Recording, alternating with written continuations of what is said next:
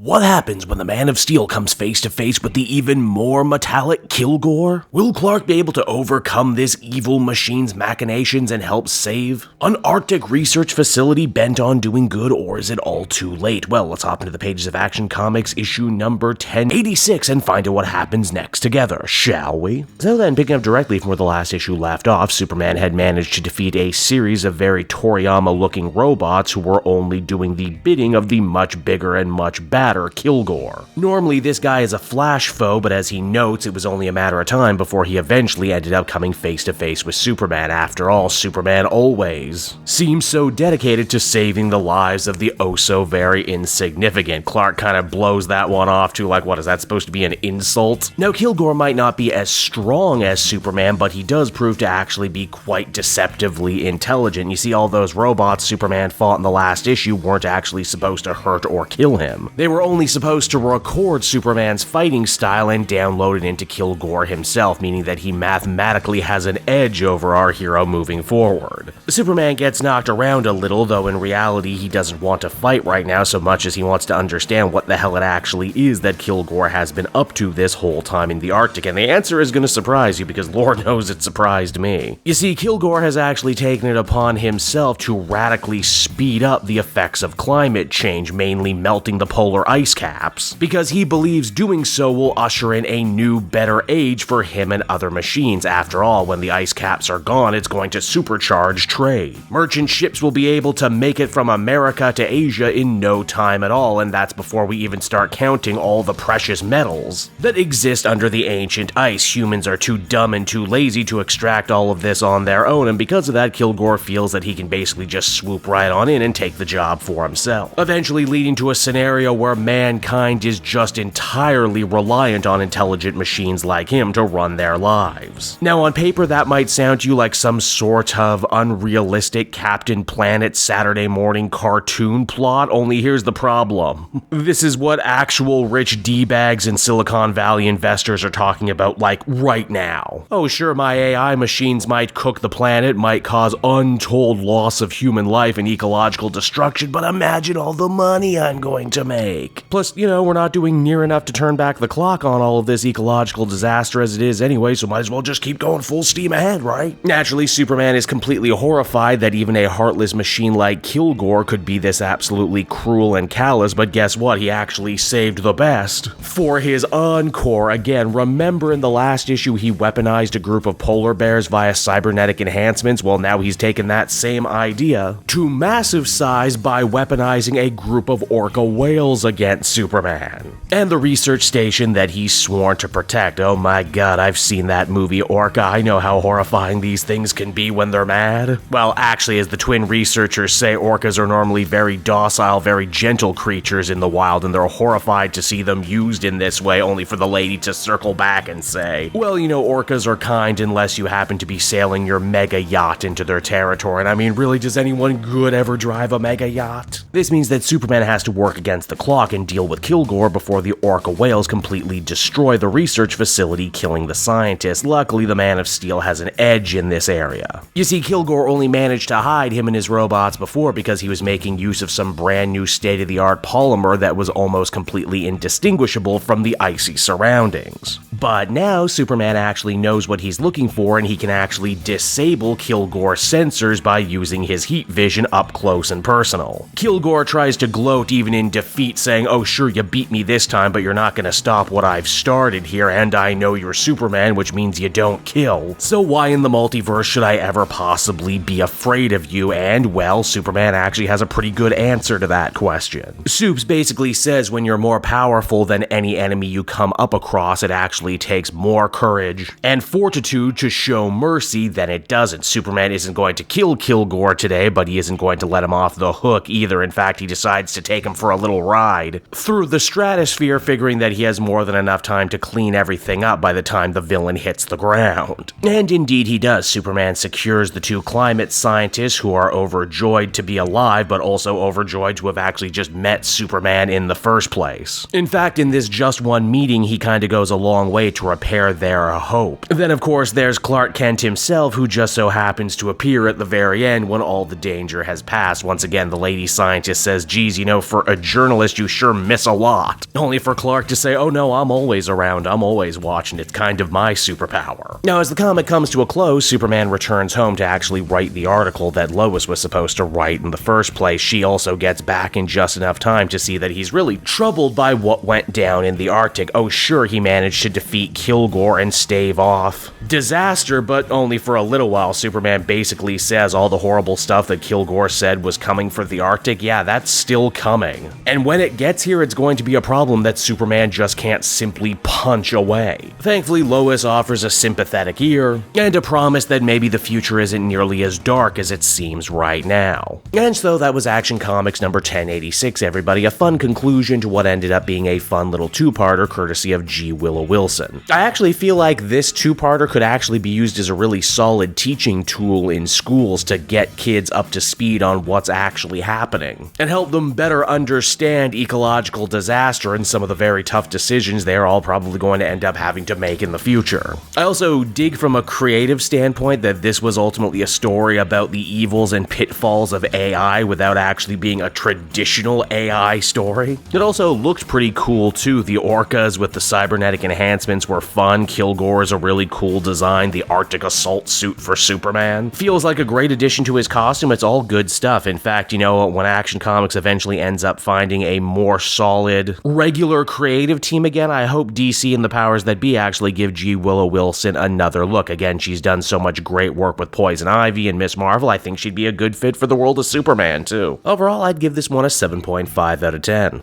Hey there everyone, it's your pal Cape Joel again, and if you're seeing my face right now, that means you watched to the end of the video, and I'll always be grateful for that. Retention helps in this crazy YouTube game, and so does becoming a patron. If you head on down to the description, you can find a link to my Patreon page. Recently just redid all the tiers, a lot of cool stuff offering up there, exclusive commentaries, exclusive polls, behind the scenes concept art for Capes and Quest. That's the brand new D&D show I've started soon. Never been a better time to become a patron. You can become a patron for as little as $1 a month and help the channel grow and, you know, help me continue to deliver content like what you just saw. So I want to thank you all, and I will see you again next time. Bye-bye.